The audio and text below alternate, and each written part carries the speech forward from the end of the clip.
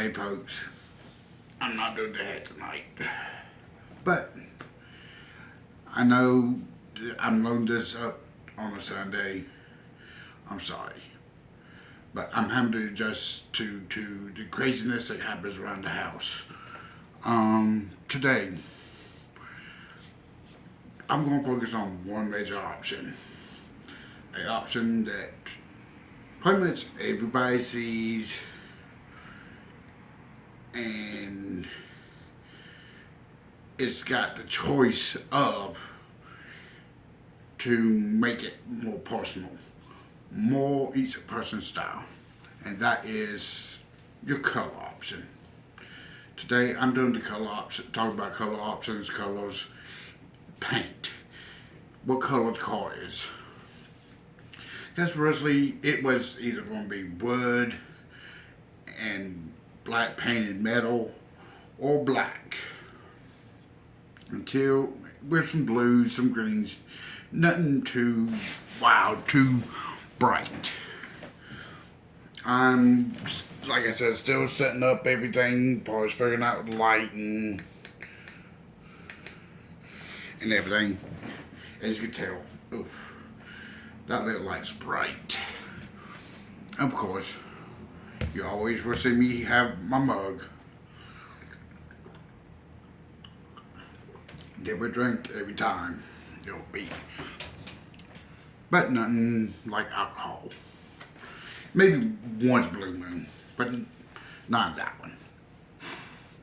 That's the mug over there in the corner. That's my drinking mug for, because like I said, biggest reason why I chose to use this one is because if you look on it, it's all cars. The other one is my, not idol, but someone I looked up to from my childhood that passed away before I graduated high school. That's famous. So let's get into this. Yes, I did. I'm basically, yes, you see, I wrote a long script. I'm not tendency to follow what I write, because to me it don't make no sense, and how I put it out makes a little bit more sense, but not too much. It's just basically guideline, my guideline for the whole show. Yeah, today I'm wearing my boots, but I had to go out today. I brought some things in. Yes, it ain't for cars, it's for homes, but it works for demonstration purposes. I'm trying to see what I can do to make things better.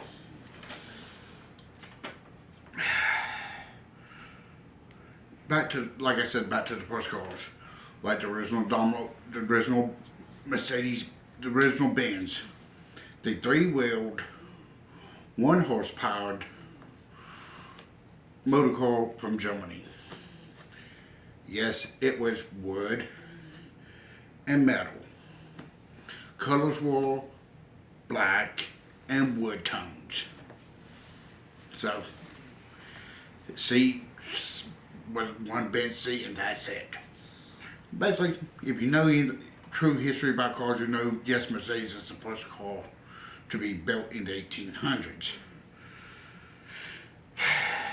But I'm going to hop forward to the 1900s with the first major mass production company that is known, especially here in the United States, which is, guess what? Ford.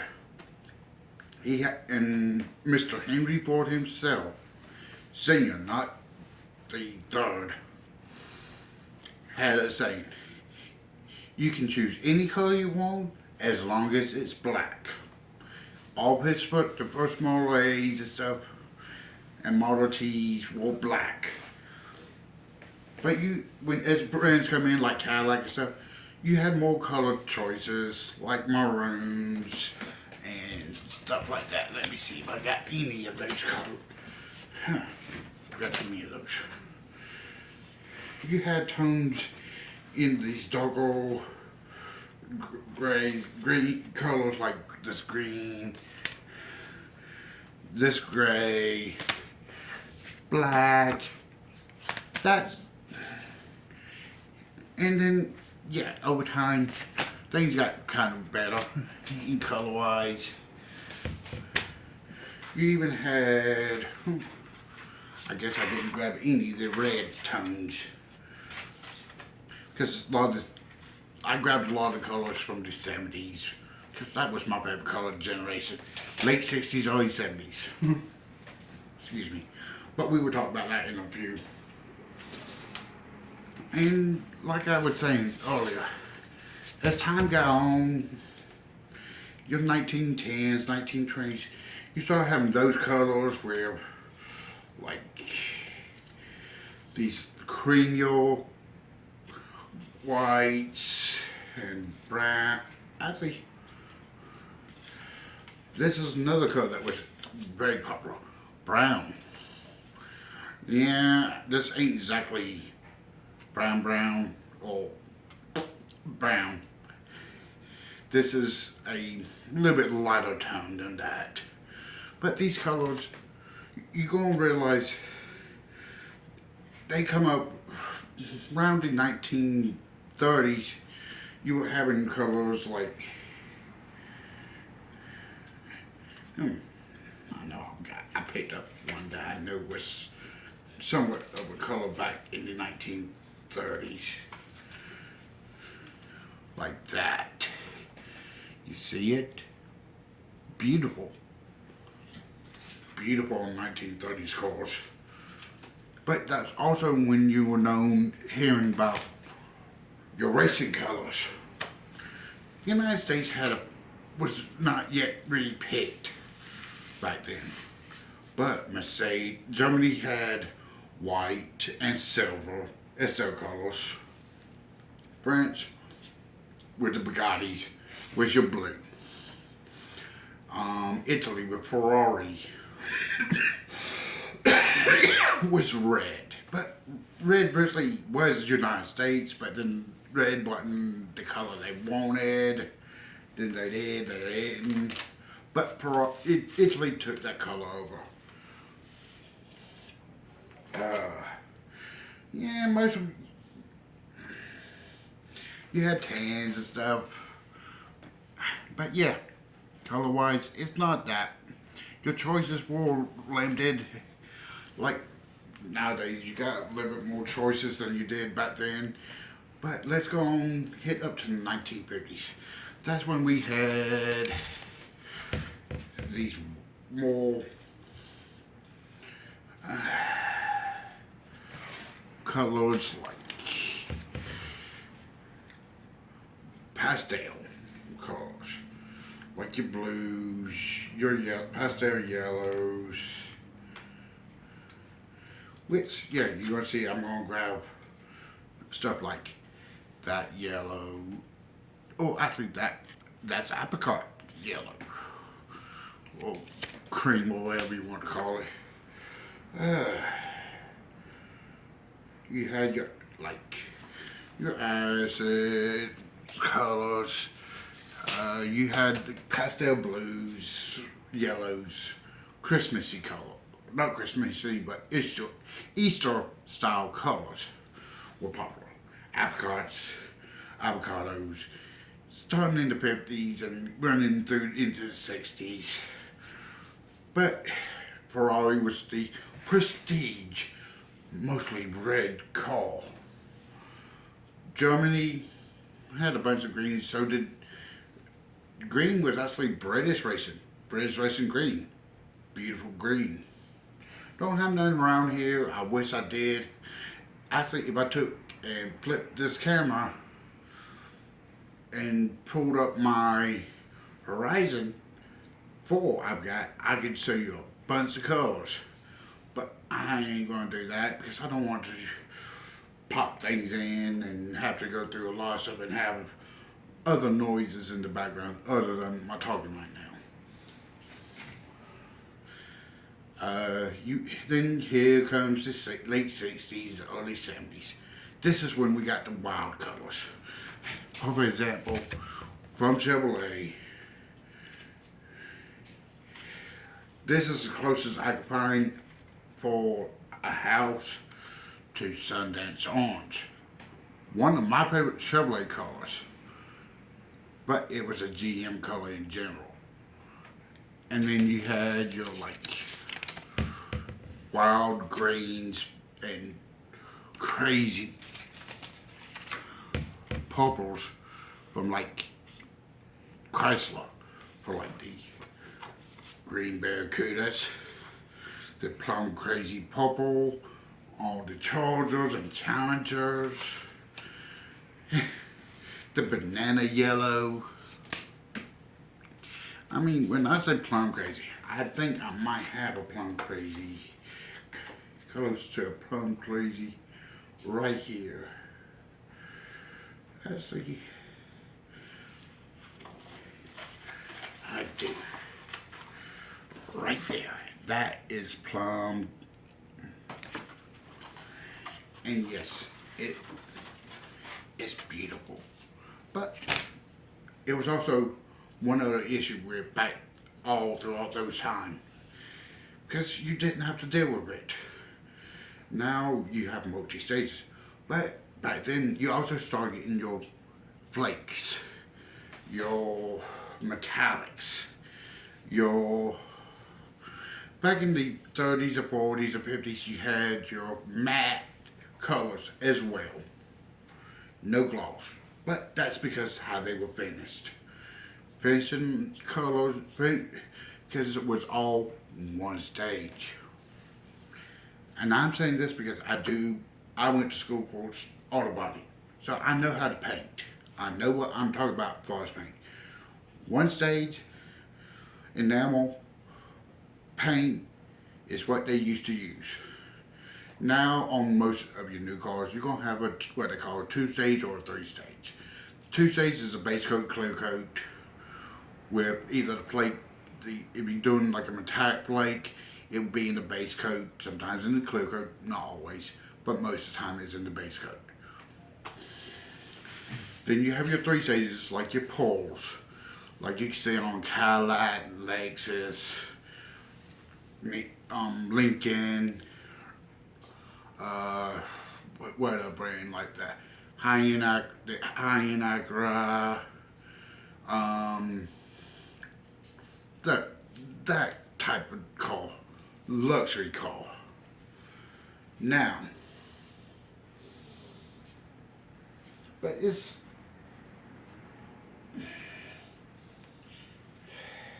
you had a lot of whites too. We talk about the color schemes for the racing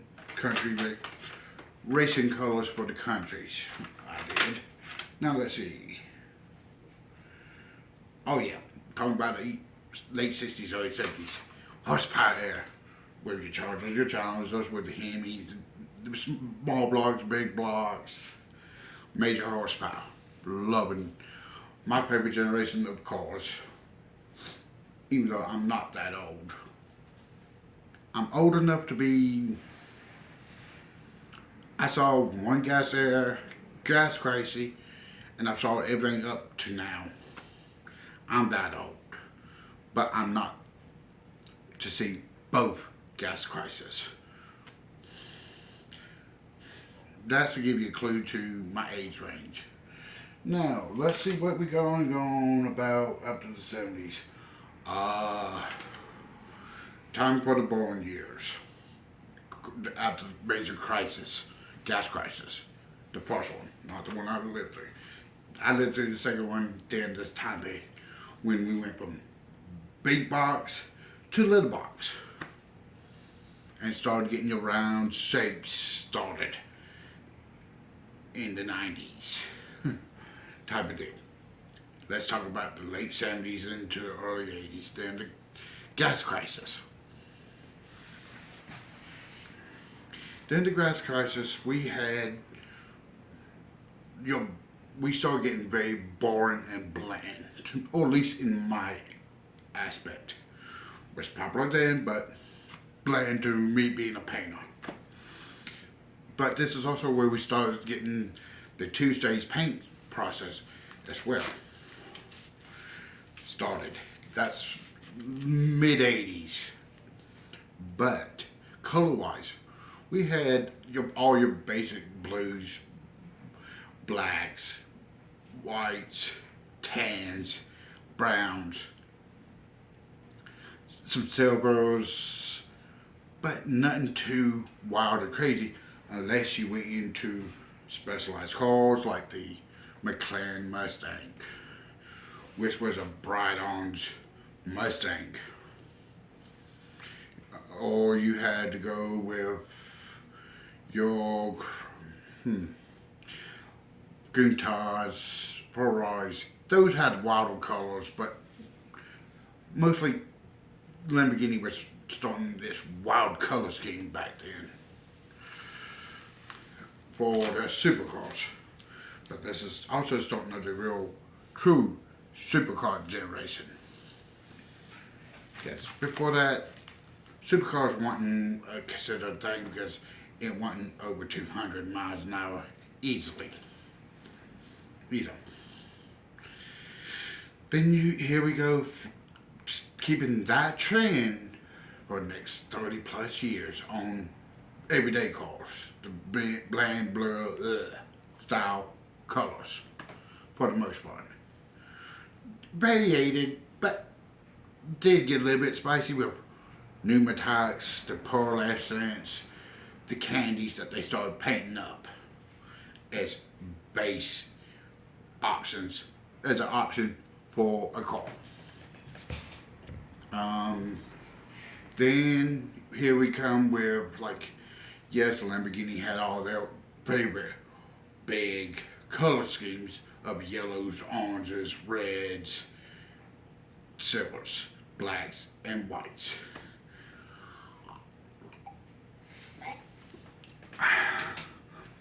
I'm going to talk about Ferrari, but that'll be in a few.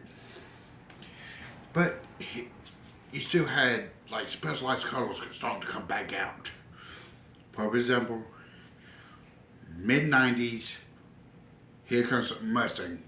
Here comes Ford with a special Cobra and a Ford GT.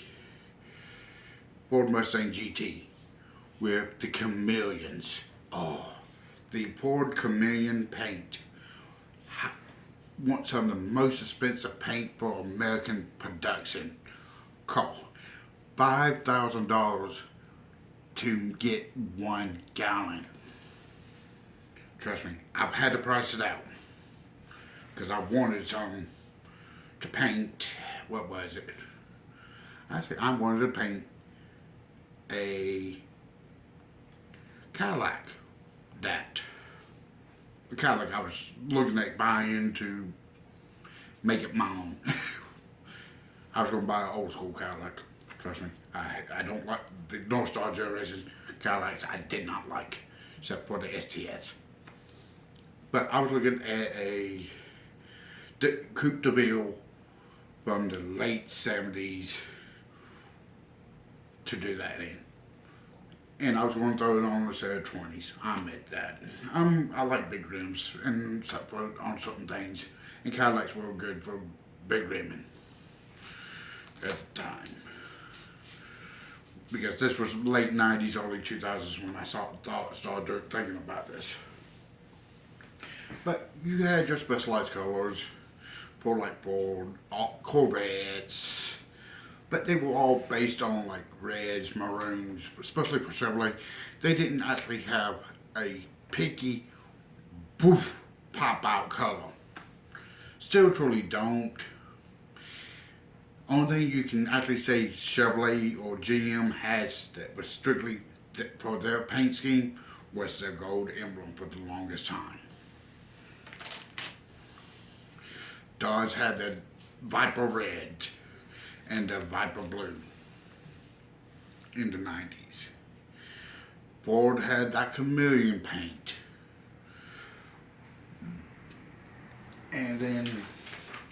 And Lamborghini, of course, had their wild color schemes. Until the early 2010s. That's when Dodge brought back, like, their plum crazy version of the plum crazy purple, the lime green, the neon style colors. Yeah, but Europeans had their color schemes as well back then. Most time you'd find France with all types of blues throughout their whole thing. From silver blue to blue metallic with that thing. Yeah. But then you got companies like Rolls Royce and Bentley.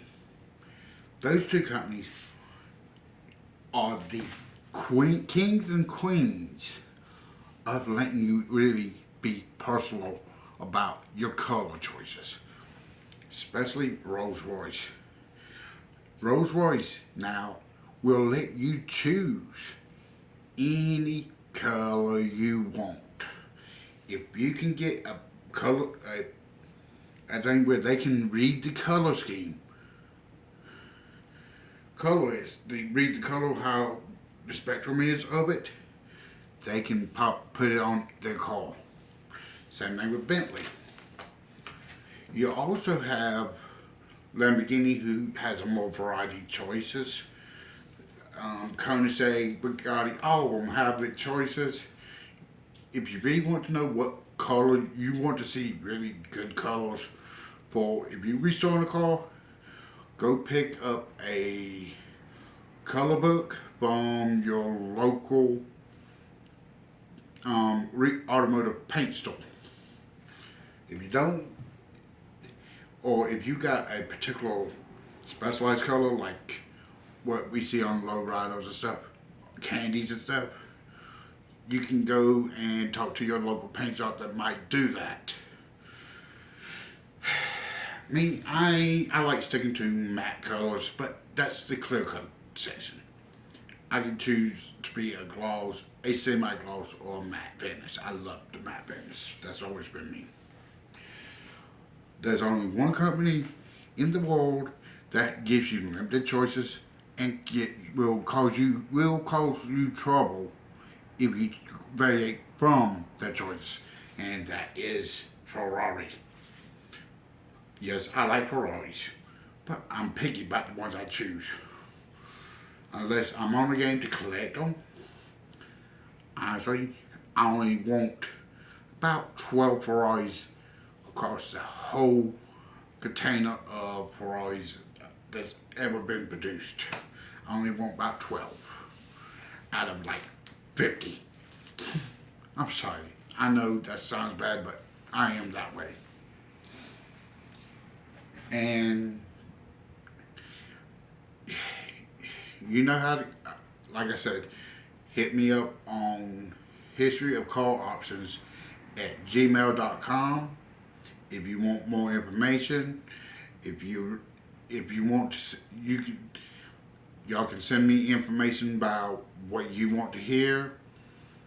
And if you're doing a registration, heck, I'm willing to even help you figure out what parts you need to put it to original, or if you're going to do a resto mod on like a muscle car, I can tell you some of the tricks and of the trade on what you need to do to choose for power, for looks, anything you want. I'll help you the best I can.